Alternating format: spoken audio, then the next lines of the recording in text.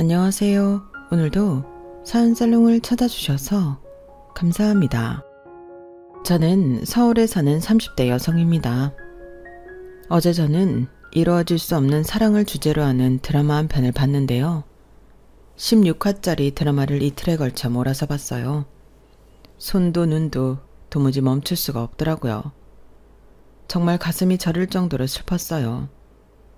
무슨 내용이었냐고요? 왕실의 공주인 여자와 평민이자 농부인 남자의 이루어질 수 없는 사랑 이야기였어요. 두 사람은 첫눈에 반해 사랑하다가 서로의 신분 차이를 이기지 못하고 헤어지게 되는데요. 결국 성사병으로 여자는 시름시름 앓다가 스스로 목숨을 끊어요. 정말 너무 비극적이죠? 마지막 화를 보고 얼마나 울었는지요. 그래도 에필로그에서 그 두 사람 환생을 해 다시 만나요. 21세기에 다시 만나 연인이 되죠. 그 두 사람 신분 차이는 극복하지 못했지만 시공간을 넘어 다시 만난 거예요. 얼마나 아름답나요? 그 중에서도 저는 사랑 앞에서 무능해질 수밖에 없는 두 사람의 모습이 안타깝고, 그럼에도 불구하고 사랑하는 마음을 굽히지 않은 두 사람이 아름답게 느껴졌어요. 참 숭고하게 느껴졌죠. 그러니 세상이 감동해 21세기에 다시 인연으로 만나게 된 거 아니겠어요? 그리고 이런 생각도 들었어요. 과연 사랑은 어디까지 가능할까? 어디까지를 사랑이라고 부를 수 있을까? 어떤 것은 사랑이고 어떤 것은 추태고 그 경계는 누가 결정할 수 있지? 이런 생각 많이 해요. 어렵지 않나요? 물론 제가 이 드라마를 처음 본 건 아니었거든요. 처음 봤을 땐 이런 생각을 하지 않았어요. 정말 사랑이란 숭고하구나. 사랑은 모든 것을 뛰어넘을 수 있는 어떤 것이구나 하고 말았죠. 하지만 지금은 달라요. 저에게 그 사건이 일어난 뒤로 제가 생각하는 사랑이 많이 달라졌거든요.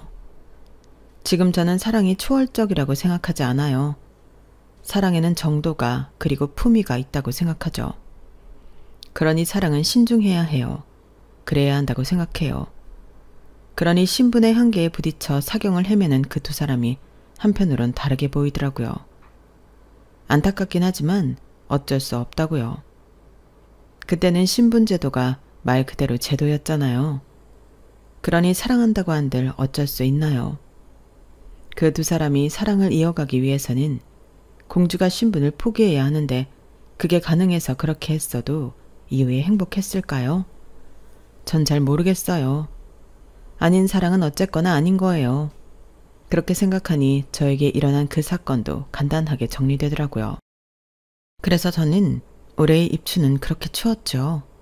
그 정도로 어마어마하게 추운 봄을 그 두 사람에게 선물해 주었어요. 그리고 지금 저는 그 두 사람과 다르게 따뜻한 봄을 기다리고 있고요. 제 이야기가 궁금하신가요? 이제 차근차근 알려드릴게요. 저는 서울의 한 공무원 부부의 자녀로 태어나 평범하게 자랐어요. 위로는 언니가 있고요. 아래로는 남동생이 있어요. 저희 집은 정말 말 그대로 평범했어요. 평범이라는 단어의 뜻이 뛰어나거나 색다른 점이 없이 보통이다 라는 뜻이잖아요. 저희 집은 평범하다는 단어로 설명하기 충분했어요. 그래서 친구들이 간혹 우리 엄마는 이렇다, 우리 아빠는 이렇다 자랑을 하거나 하소연을 하는데 저는 도통 할 말이 없더라고요. 저희 집은 유달리 화목하지도 유달리 불우하지도 않았으니까요. 그래서 그런지 저는 그 나이에 맞는 옷을 입고 그 나이에 가질 관심사를 갖고 그 나이에 맞는 고민을 했어요. 왜 독특하거나 특색 있지 않아서 선생님들이 잘 기억하지 못하는 학생들이 있잖아요.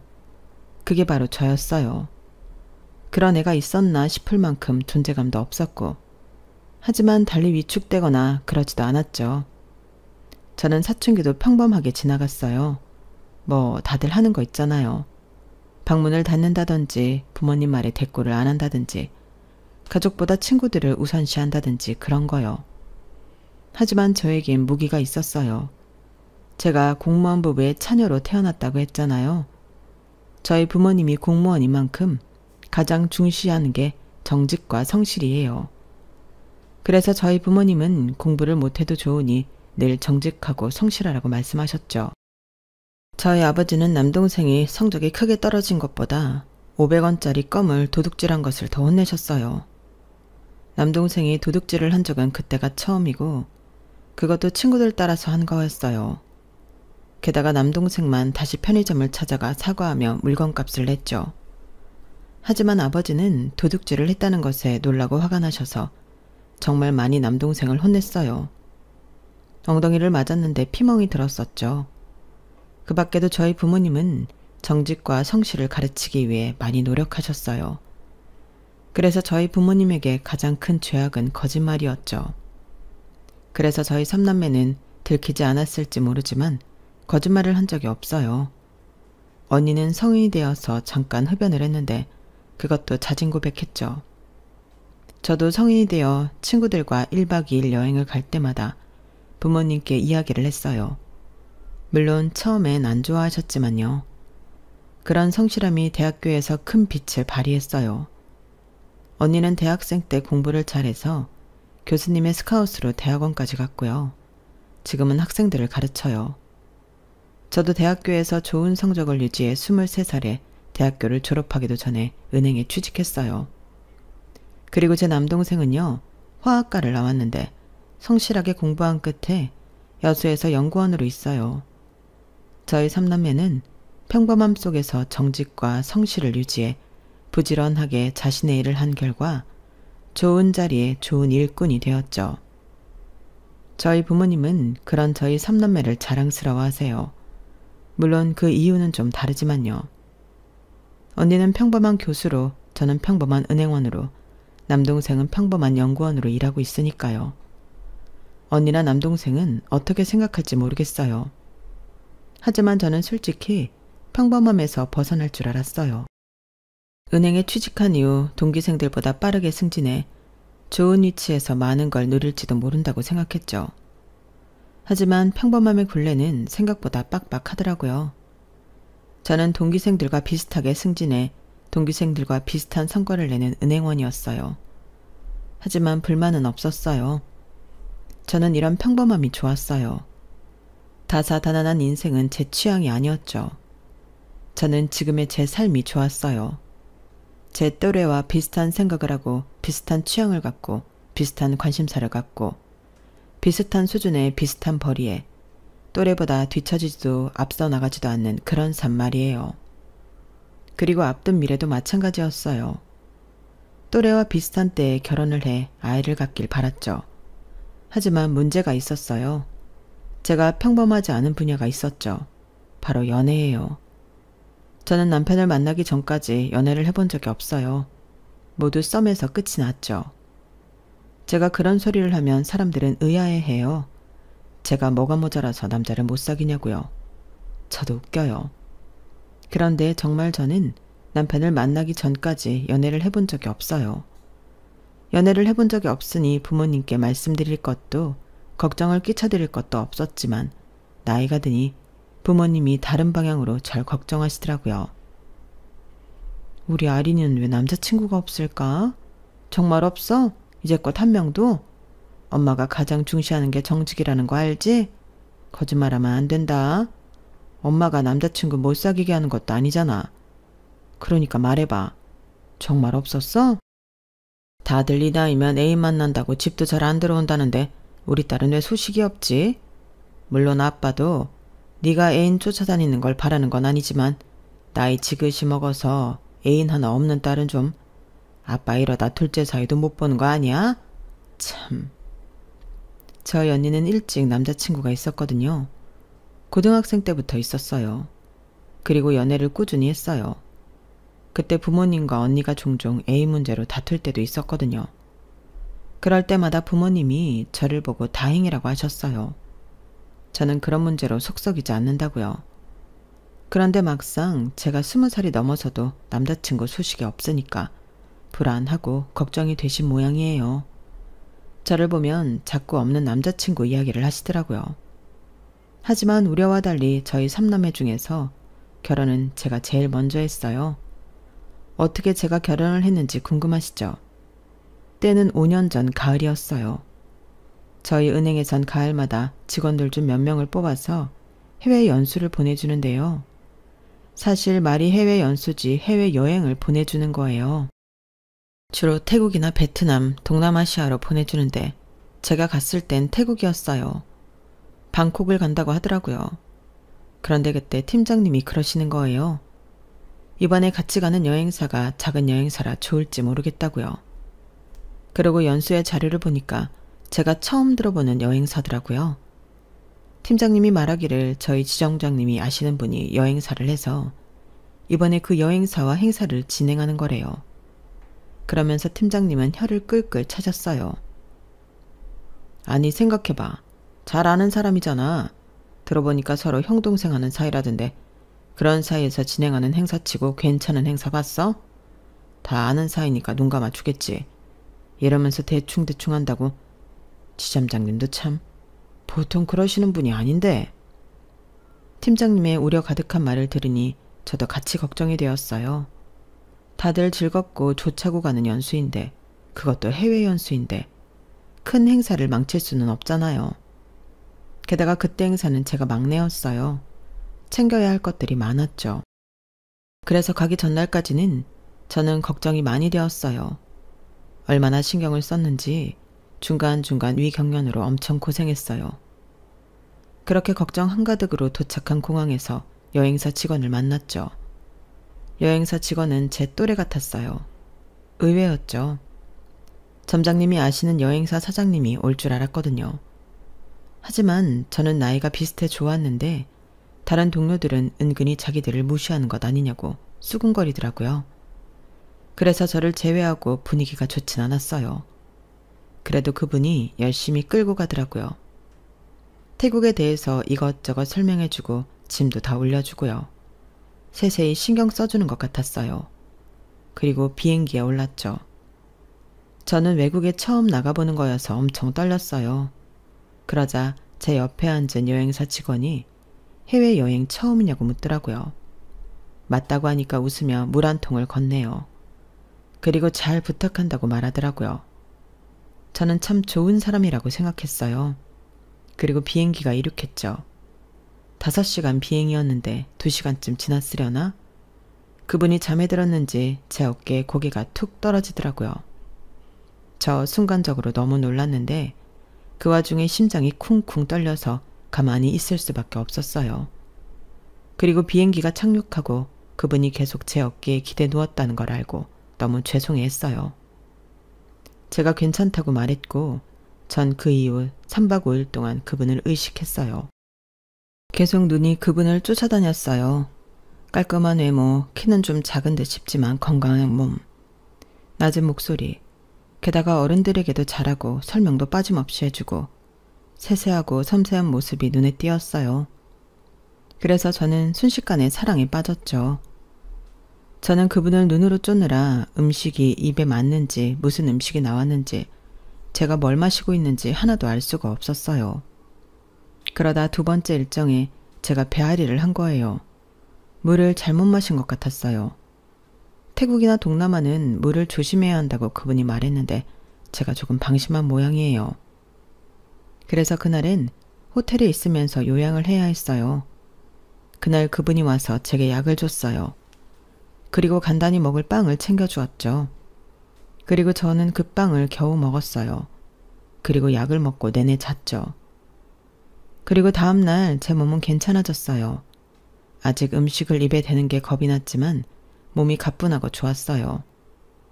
그리고 아침에 그분이 제가 있는 호텔방으로 왔더라고요. 몸은 괜찮냐고 물었어요. 그래서 가뿐하다고 말했어요. 그러니 다행이라며 웃는데 저는 그 미소에 또 반해버릴 것 같았어요. 그리고 제가 없는 사이 무슨 일이 있었나 봐요. 배를 타는 일정이었는데 강물 수위가 너무 낮아서 배가 움직이질 않더래요. 그래서 그분이 배를 돌리라고 가이드에게 말해서 배를 돌렸어요. 그런데 환불을 못 해준다고 했다나 봐요. 합의하에 돌린 거니 돌려주지 못하겠다고요. 그래서 그렇게 온화하던 그분이 화를 내면서 어떻게 그게 가능한 일이냐. 애초에 무리한 일정이었다라고 항의했어요. 그래서 환불금을 받아냈어요. 그리고 그분은 저희 직원들에게 너무 미안하다고 했어요. 인솔자로서 자기가 미리 파악하고 조정했어야 했는데 귀간 시간을 빼앗은 것 같아 죄송하다고요. 그 태도에 저희 직원들 모두 그분을 보는 시선이 달라졌어요. 정말 책임감 있고 좋은 분이라며 속닥속닥 말을 했죠. 그렇게 좋은 분위기로 남은 일정을 소화하고 비행기를 타고 한국으로 돌아왔어요. 공항에서 식사를 하고 그분께서 마지막 말을 하기까지 제가 얼마나 안절부절 못했는 줄 아세요? 다시는 못 볼까 싶어서요. 그래서 그분께서 이야기를 하고 함께 간 동료들과 뒤돌아가다가 탁탁탁 뛰어가 그분을 잡았어요. 그분이 어리둥절한 표정을 짓더라고요. 그래서 제가 번호를 알 수 있냐고 물어봤어요. 그분이 웃으면서 고개를 끄덕였고 번호를 줬어요. 그리고 뒤를 돌아 동료들에게 가는데 동료들 표정이 정말 저를 놀리고 싶어 안달이 난 표정이더라고요. 그리고 아니나 다를까 다음 출근부터 사람들이 온통 저만 놀렸어요. 그래서 어떻게 연락은 해봤냐, 데이트는 했냐, 사귀는 거냐, 온통 그 이야기뿐이었죠. 하지만 전 아무 말도 할 수 없었어요. 그분에게 이번 여행 감사하다고 다음 여행도 잘 부탁드린다고 연락을 했는데 그분이 단답형으로 답이 왔거든요. 그래서 연락을 더 이어가지 못하고 있었어요. 그런 사연을 제가 친한 직원 언니에게 말하자 언니가 당장 데이트를 하라고 하더라고요. 아우 인간아, 미인은 용기 있는 자가 얻는 법이라는 말도 모르니? 당장 연락해서 만나자고 해. 네가 어물쩡거리는 이 시간에도 그 사람한테 연락해서 어떻게든 데이트하려는 사람이 있다니까. 너무 안일하게 대하는 거 아니야? 그러다 뺏기는 거야 이 사람아. 그러니까 지금 당장 연락해서 오늘 당장 만나. 저는 그 말에 용기를 얻었어요. 그래서 연락을 했고 만나자고 데이트를 하자는 말도 했어요. 그러니 그분이 그 주 주말에 만나자는 거예요. 그래서 저희는 데이트를 하게 되었어요. 대낮에 하는 데이트는 어찌나 좋던지 저는 너무 기분이 좋아서 내내 해실해실 거렸어요. 그리고 저는 그분에 대해서 정말 많은 것들을 알았죠. 저희는 그때 정말 많은 대화를 했거든요. 일단 그분이 저희 행사를 진행한 여행사 사장 아들이라는 것을 알았죠. 얼떨결에요. 그분이 사장님을 아빠라고 그랬거든요. 그리고 여행사에서 일을 하게 된 건 원래는 장사를 했어요. 장사를 했는데 사고가 나서 2달 병원에 입원을 했대요. 얼마나 큰 사고였냐면요. 지금처럼 걷는 게 기적적인 일이래요. 그만큼 많이 다쳐서 그 이후 사고 후유증이 생겨서 매달 병원을 가야 했어요. 그래서 평범하게 회사를 다닐 수는 없을 것 같아 아버지 회사에 다니게 되었어요. 아버지 여행사는 가족 회사예요. 사장인 아버지 밑으로 큰아버지, 작은아버지가 계시고 그리고 그분이 그 밑에 그분의 동생과 사촌동생이 있어요. 제가 가족 회사라 힘들지 않냐고 물으니까 가족이 더하다고 힘들다고 하더라고요. 그리고 제 이야기를 묻길래 저는 평범해서 별로 할 이야기가 없다고 했어요. 그래도 궁금하다고 말해달라고 해서 몇 가지 일화들을 제 인생에선 조금 특별하다고 생각하는 일화들을 말해줬죠. 참 웃기게도 그분은 그 재미없는 이야기를 잘 들어주더라고요. 그렇게 헤어지고 저는 가족들에게 긴급 회의를 요청했어요. 좋아하는 남자가 생겼으니 해외여행을 가자고 말했죠. 돈은 제가 다 된다고요. 그러자 언니도 남동생도 부모님도 놀랐어요. 제가 그렇게까지 첫눈에 반한 적이 없었거든요. 처음엔 저를 미친 사람 취급하더니 제가 계속 가자고 해외여행을 가자고 하니까 결국 가족들이 승낙했어요. 그래서 저는 신나서 그분에게 연락했죠. 가족여행을 가고 싶은데 좋은 상품 없냐고요. 그리고 저는 그분이 인솔해 주었으면 좋겠다고 말했어요. 그분이 놀라면서 제가요? 이러더라고요. 그래서 꼭 같이 가주셨으면 좋겠다고 말했죠. 그러니 다음 달에 베트남 가는 팀이 있는데 거기에 합류하는 게 어떠냐고 물어봤어요. 그래서 제가 앞뒤 안 가리고 알겠다고 했죠. 사실 저에겐 베트남이고 어디고 언제고 중요하지 않았어요. 그분과 가는 게 중요했죠. 그래서 저는 날짜가 잡히고 돈을 모조리 입금하고 그날만을 기다렸어요. 사실 그런 마음도 있었어요. 그분을 저희 가족에서 소개시켜주고 싶은 마음도요. 얼마나 좋은 남자를 제가 좋아하고 있는지 보여주고 싶었어요. 그래서 강행한 거거든요. 저는 그 날짜가 다가오기를 손꼽아 기다렸어요. 그리고 그날이 다가왔어요. 저희 가족은 여행으로 들뜨고 전 그분을 만날 생각에 들떴죠. 그분은 역시나 유창한 설명으로 저희 가족에게 좋은 인상을 심어주었고 3박 5일 동안 안전하고 즐거운 여행이 되도록 최선을 다하는 모습을 보여주어 저희 가족의 마음을 샀죠. 숙소에서도 저희끼리 있을 때도 가족들은 그분을 칭찬했어요. 저는 너무 뿌듯했어요. 그 순간엔 지금 당장이라도 고백을 하고 싶은 심정이었죠. 하지만 그 마음을 참고 참아 마지막 날 공항에서 헤어지고 그분을 불러 고백했어요. 그리고 그분은 연락하겠다고 했어요. 저는 내내 연락을 기다렸죠. 딱 닷새 만에 연락이 오더군요. 알겠다고요. 그렇게 저희는 연인이 되었어요. 처음 해보는 연애는 왜 이제 했는지, 아니 왜 이제서 이 사람을 만났는지 한탄스러울 정도로 좋았어요. 매 순간 매 데이트가 손발이 저릿거렸죠. 그런 상태가 2년을 만났는데도 계속되었어요. 맞아요. 저희는 2년을 만났어요. 저는 2년이 되어 결혼 적정기가 되자 그분에게 은근히 눈치를 줬어요. 결혼하자고 말이에요. 그런데 그분이 이런 말을 하는 거예요. 자기는 결혼이 너무 무섭다고요. 그러면서 자기 가족 이야기를 해주는데 그건 처음 듣는 이야기였거든요. 사실 자기 가족이 재혼 가정이래요. 친어머니는 학교에서 수학 선생님이었는데 아버지와 결혼을 하고 학교를 나오셨다가 남자친구가 초등학교 5학년에 이혼해 다시 교직 생활을 하고 있어요. 친어머니와는 초등학교 5학년 때 헤어지고 한 번도 만난 적이 없었죠. 그리고 아버지는 남자친구가 중학생 때 재혼을 해 지금 가족을 이루었어요. 그런데 불행하게도 새어머니가 남자친구가 21살이 되었을 때 돌아가셨죠. 그런 경험이 있다 보니 남편은 가족을 꾸리는 게 무섭다고 하더군요. 하지만 제 생각은 달랐어요. 우리는 다를 수 있다고 생각했죠. 우리가 만든 가족은 행복할 거라고 장담했어요. 저는 제 생각을 꾸준히 남자친구에게 이야기했고 저는 매번 청혼을 했어요. 그리고 결국 남자친구는 제 청혼을 받아들였죠. 그렇게 저희는 결혼을 하게 되었어요. 축복 속에서 결혼식을 했죠. 신혼여행도 시아버지의 권유에 따라 유럽으로 20일 동안 배낭여행을 다녀왔어요. 이제까지 아껴둔 연차를 모조리 쓰는 건 좀 아쉬웠지만 그래도 좋은 경험이었어요. 행복한 시간이었죠. 그리고 저는 좋은 며느리가 되고 싶어서 열심히 노력했어요. 더욱이 남편에게 남편 가족 이야기를 들으니 시아버지가 참 안 되셨더라고요. 그래서 혼자 지내시는 시아버지를 자주 찾아뵙고 식사도 하고 커피도 마시고요. 애교도 부리고 좋은 며느리가 되려고 했어요. 그리고 시아버지도 그런 저의 노력을 잘 봐주셨고요. 저희 시아버지가 정말 좋은 분이거든요.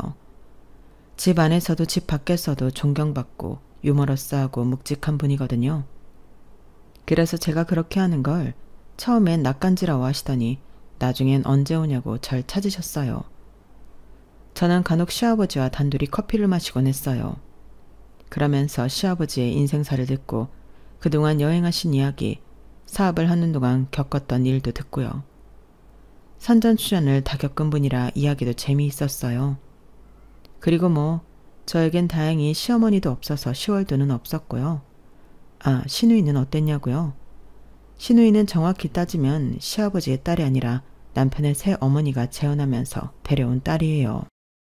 생각해보세요. 처지가 얼마나 안 됐어요. 자기 엄마가 재혼을 한 것도 어린 나이에 힘든 일인데 그 엄마가 일찍 돌아가시고 결국 피를 나눈 가족은 아무도 없잖아요. 저는 시누이를 보기 전부터 시누이가 안쓰러웠어요. 그래서 만나면 잘 해주려고 다짐했죠. 그리고 정말 만나서 잘해줬어요. 애교스럽게 다가가 말도 많이 붙이고 이것저것 선물도 해주고요. 전화로 안부도 자주 물었어요. 물론 숫기가 없는 시누이는 그걸 불편해하는 것 같았지만요. 제 딴엔 최대한 잘 해주려고 노력했어요.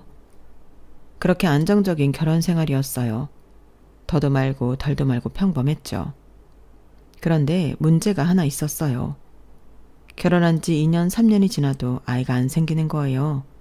그리고 더 심각한 건 남편이 조급해하지 않는다는 거였어요. 남편은 천하태평이었어요. 언젠가 생기겠지 이러는 거예요. 저는 정말 많이 노력했거든요. 배란 일이 되면 남편과 함께 노력하고 좋은 음식도 많이 먹고 운동도 하고요. 그런데 통 생기질 않으니 정말 답답했어요. 그러다 결혼 3년차 가을에 아이가 생겼어요. 자꾸 속이 메스꺼리고 생리를 하지 않아서 테스트기를 해보니 두 줄이 뜨더라고요. 3번을 했는데 3번 다 두 줄이 떴어요. 너무 기쁜 마음에 남편에게 바로 전화를 했죠. 그런데 남편 반응이 뜨뜻미지근하더라고요. 그러더니 돌아와서 저에게 막 화를 내요. 정말 기가 막혀서 조신한 줄 알았더니 어떻게 이럴 수가 있어. 내가 아버지 얼굴 보기 쪽팔려서 진짜. 뭐? 임신? 내가 무정자증인데 어떻게 네가 임신을 해. 나 무정자증이야. 불임이라고. 제가 털썩 자리에 주저앉았어요. 그러자 저를 보고 임신이 확실하냐고 요새 테스트기도 분량이 많다고 산부인과에 다녀오라는 거예요.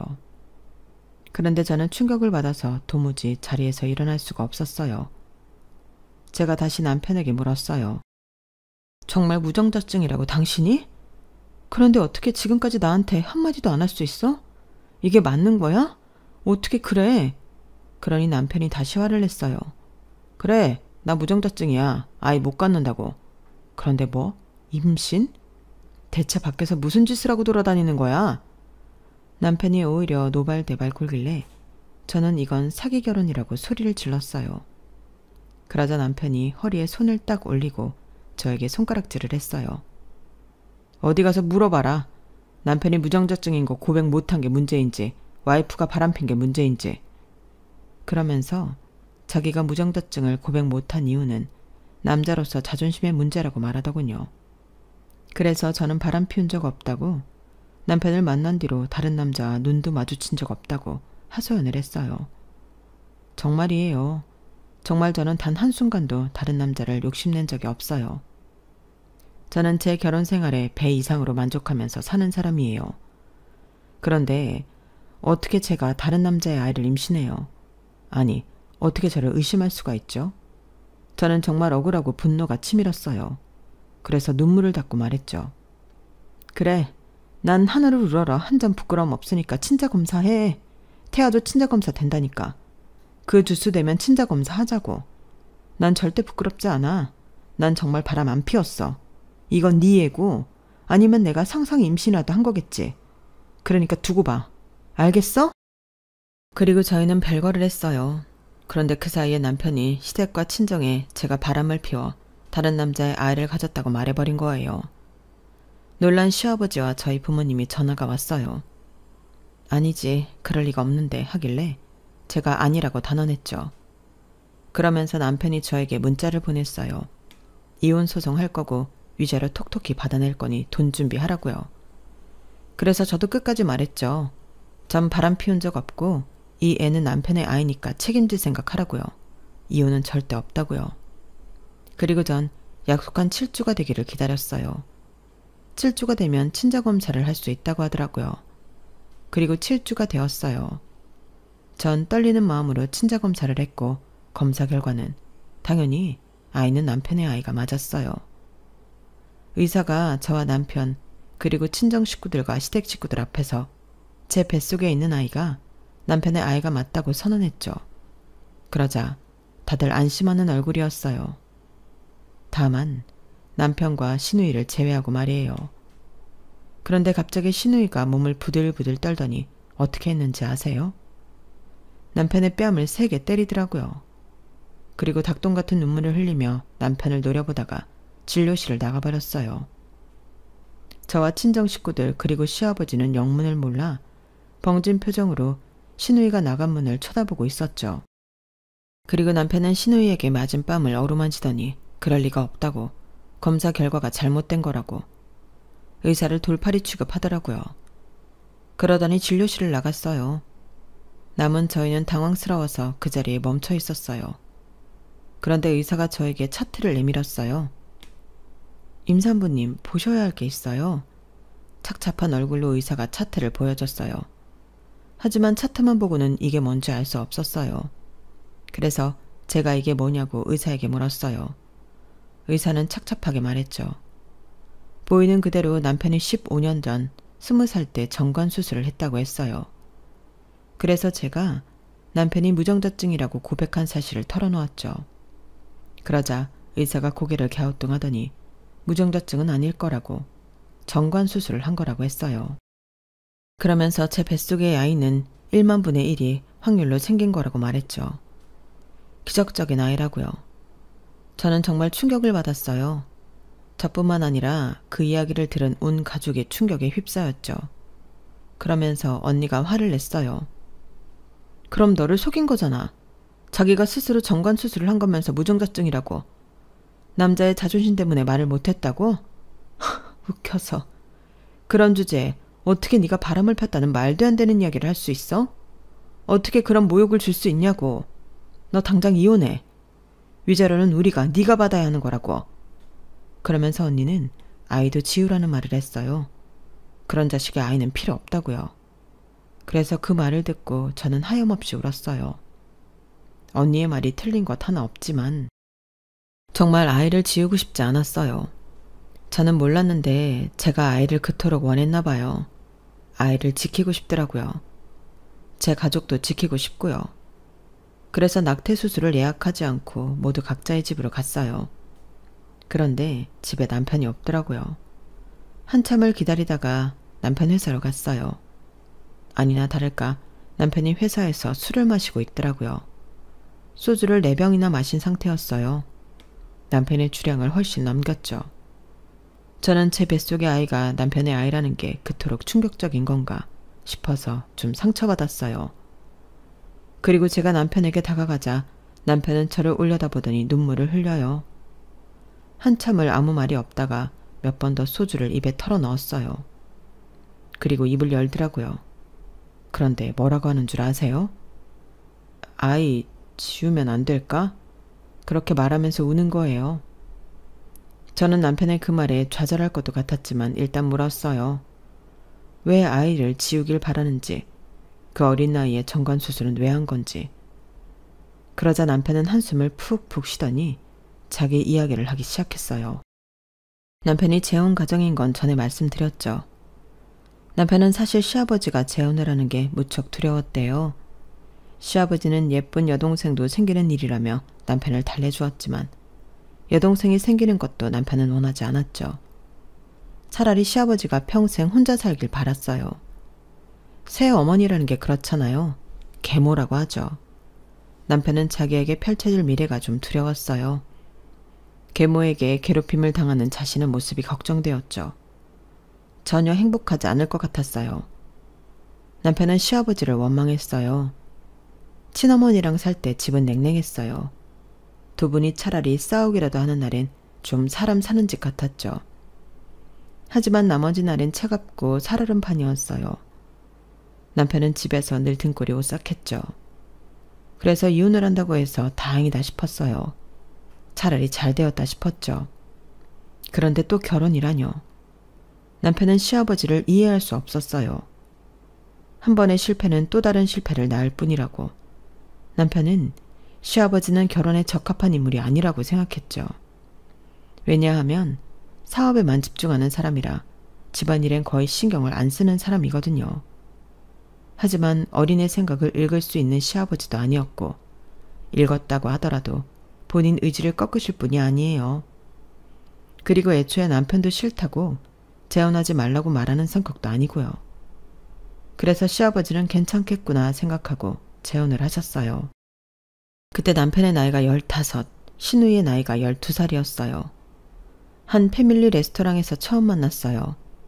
남편은 거기서 본의 아니게 싫은 티를 많이 냈어요. 밥도 제대로 안 먹고 물어도 단답식으로 대꾸하고요. 그래서 분위기가 좋지 않았어요. 하지만 그럼에도 시아버지는 결혼을 밀어붙였죠. 결혼식은 하지 않았고 언젠가부터 시아버지 집으로 새어머니가 짐을 옮겨 시누이를 데려와 살았어요. 시누이는 남편의 맞은편 방이었죠. 하지만 그들은 1년이 넘어서도 제대로 된 대화 한 번을 하지 않았어요. 그러다 새어머니가 암에 걸린 거예요. 난소암이 걸려서 게다가 말기여서 살 날이 얼마 남지 않았다는 진단을 받았어요. 신우이가 너무 울어서 탈진을 하고 밤새 잠을 자지 못했어요. 그때 남편은 신우이가 안쓰러웠고 잘해주고 싶은 마음이 들었어요. 신우이가 탈진할 정도로 울고 밥을 제대로 먹지 못하는 건 홀로 남겨질 두려움 때문이라는 걸 남편도 모르지 않았으니까요. 그래서 남편이 신우이의 가족이 되고 싶었던 거예요. 그래서 밥돈을 같이 먹고 챙겨주고 교복도 다려주고 숙제도 도와주고 정말 오빠가 되기 위해 노력했어요. 그리고 신우이는 외로웠던 걸까요? 쉽게 남편의 마음을 받아주었어요. 그래서 이 둘은 둘도 없는 친한 사이가 되었어요. 하지만 문제는 이 둘이 피로 느낄 수 있는 가족이 아니라는 데 있었어요. 자꾸 가족이가, 그것도 사랑이지만 묘한 기류를 흘렀죠. 남편과 신우이는 서로를 가족 이상으로 사랑했어요. 그렇게 되어버린 거예요. 신체적 반응이라고 하죠. 사랑하면 남자든 여자든 그렇잖아요. 그렇게 되어버려서 남편은 남몰래 앓고 자신을 질책하다가 신우이도 같은 마음이라는 걸 알아차린 순간 폭발해버렸어요. 그리고 그들은 17년 동안 부적절한 관계를 맺었어요. 남편은 그 이야기를 하며 자기는 정말 동생을 사랑한다고 말했어요. 그리고 실은 남남이지 않냐고요. 각자 친부모가 다른데 뭐 어떠냐고요. 그래서 제가 정색을 하며 호적으로는 남남이 아니지 않냐고 말했어요. 그러니 남편이 더 이상 말이 없더라고요. 그래서 제가 물었어요. 정관수술은 왜 한 거냐고요. 그러자 남편은 이렇게 말해요. 나 아이가 생기면 그 아이가 나를 죽인대. 고등학생 때 만난 애가 무당 딸이었는데 어느 날 나를 보더니 그 이야기를 하더라. 내가 아이를 가지면 그게 딸이든 아들이든 날 죽일 거라고. 나는 아이를 가지면 안 되는 사주라고. 그리스 로마 신화 오이디푸스 얘기 알지? 왜 나를 죽인 사람이 알고 보니 나의 아들이었다는 이야기 말이야. 그게 내 최후라고 하더라. 그래서 정관수술 했어. 너무 무서워서. 하지만 전 그게 전부일 거라 생각하지 않았어요. 그래서 다시 물었죠. 그러자 남편이 한숨을 푹푹 쉬었어요. 맞아. 그것도 있는데 다른 이유도 있어. 그게 지수가 아이를 가지면 죽겠다고 해서. 당신도 알잖아. 걔가 얼마나 가족에 대한 기대도 없고, 아니 가족에 대해 두려워하는지. 그래서 혹시 몰라서 정관수술 한 거야. 저는 기가 막혔어요. 그러니까 사실 따지고 보면 정관수술을 한 이유는 신우이 때문인 거예요. 그리고 저는 차근차근 기억이 떠올랐어요. 남편의 인솔자로 해외 출장을 갈 때마다 신우이가 따라갔거든요. 그리고 그뿐이게요. 매번 시댁에서 남편과 꼭 붙어있으면 저를 바라보는 눈빛이 불편했거든요. 저는 낯을 가려서 그런 거라고 생각했는데 이제 보니 다르게 느껴지더라고요. 그리고 남편과 데이트를 할 때면 당연히 신우이에게 전화가 왔어요. 그리고 같이 데이트할 때도 있었고요. 같이 데이트할 때 남편 옆에 신우이가 찰싹 붙어 있었어요. 저는 사이좋은 남매이니 이상하게 생각하지 않았는데 이제 보니 도가 지나쳤네요. 그런데 이상했어요. 신우이는 매번 남자친구가 있었거든요. 데이트한다고 나가는 것도 자주 봤고요. 제가 그렇게 묻자 남편은 신우이에게 남자친구가 있었던 적은 한 번도 없었다고 말했어요. 남자친구를 보러 가는 척 자기를 보러 간 거라고요. 그래서 저는 제가 모르는 데에서도 그 둘이 만남을 이어갔다는 걸 알았죠. 저는 그들의 눈물겨운 사랑에 온몸이 부들부들 떨릴 정도로 화가 났어요. 그리고 저는 마지막으로 물었죠. 그럼 나와 결혼한 이유가 뭐냐고요. 그러자 남편은 한참 망설이더니 시아버지가 자꾸 남편과 신우이 관계를 의심해서 어쩔 수가 없었다고 말했어요.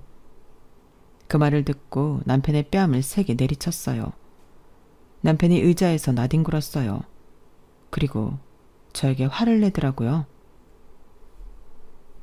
지금 네가 나한테 화를 내? 네가 지금 그럴 자격이 있어? 지수한테는 이렇게 화냈니? 안 냈지? 버러지 같은 놈. 그리고 저는 짐을 챙겨 친정으로 왔어요. 친정 식구들이 당장 이혼하고 아이도 지우라고 하더군요. 제가 일단 이혼 소송을 하겠다고 말했어요. 언니가 잘 아는 변호사를 소개시켜준다고 했죠. 그렇게 저는 이혼 소송을 했어요. 법정에서 만난 남편과 시누이는 이제 보니 환상에 짰고 너무 잘 어울리더군요. 특히 남편이 이제껏 시누이의 손에 꽉 잡혀 지냈다는 게 느껴지더라고요. 오히려 제가 어울리지 않는 소모품이었다는 생각이 들었어요. 그러자 정말 주체할 수 없는 분노가 치밀었어요. 그리고 변호사가 말해주더군요. 남편이 시누이와 미래에 같이 살 5억짜리 아파트와 1억이 넘는 외제차를 구매했다고요. 명의가 남편 명의로 되어 있어서 재산 분할을 할 수 있었어요. 남편은 허술한 건지 절대 들킬 일이 없다고 생각한 건지 본인 명의에 2억짜리 주식도 있더라고요. 남편에게 그런 숨겨진 재산이 좀 있었어요. 그리고 전 승소했는데요. 제가 제출한 음성 녹음이 큰 활약을 했어요. 제가 사실 남편의 취중 진담을 모두 녹음했거든요. 그리고 판사는 남편과 시누이에게 반성의 여지가 전혀 없으며 혼인 전에 정관 수술을 한 걸 사실대로 말하지 않은 것이 괘씸하다며 죄질이 나쁘다고 판단했어요. 그래서 전 승소한 것뿐만 아니라 위자료도 억 단위로 받게 되었어요. 판사의 판결에 남편과 시누이는 울분을 토했죠. 억울하다고 하더군요. 대체 뭐가 억울하다는 건지 저는 전혀 알 수 없었어요. 그렇게 남편은 같이 살던 집도 잃어서 시아버지 댁에 들어가게 되었어요. 그런데 거기서 살면 시누이랑도 함께 살게 되는 거잖아요. 그게 시아버지도 영 아니다 싶었는지 시누이에게 시아버지 회사 일을 그만두라고 하고 멀리 지방으로 시아버지가 아시는 분의 회사로 이직시켰어요. 그리고 남편을 곁에 두고두고 감시하고 있죠. 매주 선자리를 주선하고 있기도 하고요. 그런데 과연 그렇게 눈물겨운 사랑을 한 남편이 다른 사람과 결혼할 수 있을까요? 전 절대 못한다고 봐요. 저는 그들이 다시 만날 가능성이 높다고 생각해요. 그래서 차라리 다시 만나다가 시아버지에게 걸려서 시아버지가 남편을 마구 팼으면 좋겠어요. 저희 시아버지 성격이 무척 불같으시거든요. 시아버지가 화가 나서 주먹을 올리는 일이 제가 결혼을 하기 전에도 후에도 다수 있었고 저도 몇 번 봤고요. 사실 남편과 시누이 관계를 알게 된 날엔 시댁에선 육탄전이 벌어졌어요. 경찰도 왔죠. 그래서 저는 차라리 시아버지에게 남편이 죽도록 맞았으면 싶었어요. 제가 팰 수는 없으니까요. 그리고 아이는 이혼 소송 중에 무지개 다리를 건넜어요. 자신의 처지를 알았는지 하는 생각에 가슴이 미어지도록 슬펐지만 태어난 아이에게 아빠를 소개할 자신도 없었어요. 몸을 회복한 뒤에 회사로 갔죠. 그런데 회사에서 제 소문이 파다해서 회사도 그만뒀어요. 그리고 제가 할 수 있는 게 무엇일까 생각하다가 위자료로 받은 돈의 일부를 가지고 커피와 빵을 배웠어요. 그리고 카페를 차려서 일하는 중이에요. 제가 부모님께 배운 게 정직과 성실인 만큼 정말 성실하게 카페 운영을 해서 수입도 괜찮아요. 저 혼자 떳떳하게 살 만큼요. 게다가 제가 아예 그 건물을 사버려서 더욱 남는 장사였어요. 그런데 어느 날 시누이가 저를 찾아왔어요. 살이 쭉 빠져서는 몰골이 말이 아니더군요. 저는 전 시누이에게 자몽차를 한 잔 건네고 왜 왔냐고 물었어요. 아버지한테 말 좀 해주세요. 우리 만날 수 있게 해달라고 부탁드려요. 그 말에 정말 사람은 고쳐서 쓰는 게 아니구나 싶더라고요. 그래서 제가 일어나 자몽차를 다시 가져갔어요. 가족이란 이름으로 할 수 있는 게 있고 없는 게 있어. 나보다 나이도 많으면서 그걸 모르니? 너희 관계는 이상하다고, 불건전하다고. 너도 그렇게 생각한 거잖아. 그래서 아버님한테도 들키지 않으려 한 거고. 모든 사람들에게 남자친구 있는 척 행세한 거 아니야? 당당했다면 당당하게 만났어야지. 왜? 지금 와서 당당해지고 싶어? 근데 그게 네 아버지, 죽은 어머니 얼굴에 먹칠을 하는 거란 건 알고 있니? 그리고 저는 돌아가라고 다시는 남편도 시누이도 보고 싶지 않다고 했어요. 그 자리에서 한참 울더니 돌아가더군요. 그리고 연락이 없어요. 아마 제가 본 드라마의 공주처럼 혼자 상사병을 앓다 죽었을지도 모르죠. 이 사안을 보낸 지금부터 저도 훌훌 털어버리려고 해요. 최근까지 제게 있었던 일들을 훌훌 털어버리고 다시 시작하려고 해요. 그래서 다음 주엔 소개팅도 나가요. 새롭게 다시 시작하려고요. 제가 즐겁게 잘 사는 게 진정으로 제가 행복해지는 길이니까요. 제 사연은 여기까지입니다. 저 응원해 주실 거죠? 여러분들도 항상 평안하시고 행복하시길 바랍니다. 여러분, 사연 댓글에 응원과 현명한 조언 부탁드려요. 좋아요와 구독은 저에게 큰 힘이 됩니다. 오늘도 좋은 일 가득하세요.